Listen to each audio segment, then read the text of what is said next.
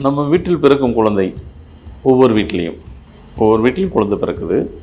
நாம் எதிர்பார்க்குறது எப்படி அந்த குழந்தை அப்படின்றது யாருக்கும் தெரியாது. அது அந்த குழந்தையின் பெற்றோர்கள் போன்று இருக்கலாம்.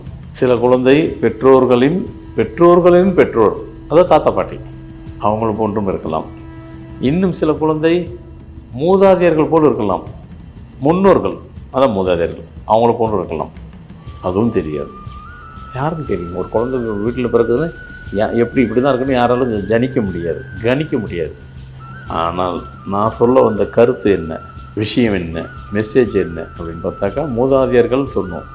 இந்த மூதாதையர்கள் அவர்கள் எப்படி வாழ்ந்தாருங்கிறது யாரும் நம்ம பார்த்துருக்கோமா? ஒரு லைஃப்பில் ஒருத்தரும் பார்த்துருக்க மாட்டோம். ஆமாங்க, 5ஆவது தலைமுறை, 8ஆவது தலைமுறை, 7ஆவது தலைமுறை, 10ஆவது தலைமுறை யாரும் பார்த்துருக்க மாட்டோம். அந்த மாதிரி தலைமுறை கொண்டவங்க கூட குழந்தையாக வரலாம். அதெல்லாம் இல்லைலாம் சொல்ல முடியாது.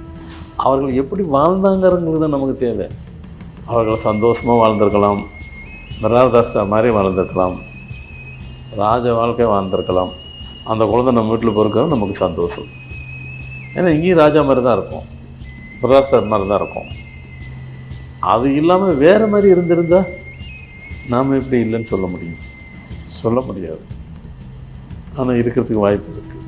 என்னங்க பெரிய புது குண்டை தூக்கி போடுறீங்க? இல்லை, இதான் உண்மை, இதான் ரகசியம். நான் ரகசியமும் சூட்சமத்தை தெரியாமல் வாழ்க்கையை வாழ்ந்துக்கிட்டு இருக்கிறோம் எல்லாரும். இது உண்மை அப்படின்னா என்ன சொல்ல வரீங்க அப்படின்னு கேட்டிங்கன்னா, நான் ஒன்றும் சொல்ல வரல, சொல்கிற மெசேஜ் நீங்கள் புரிஞ்சுக்கணும்.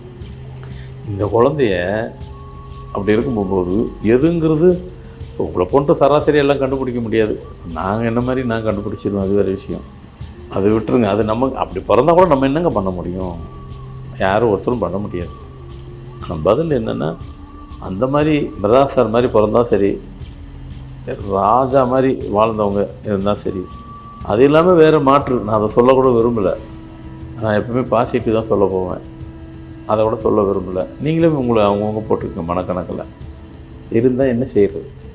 அது ஒன்றும் செய்ய முடியாது. அதுக்கு போக்குறதுக்கு வழியை தேடணும், அவ்வளோதான். அதே நேரத்தில் நாம் வாழ்கிற வாழ்க்கையும் ஒரு செயல்முறையை கூட அதில் சரியாக நம்ம செய்ய வேண்டும்.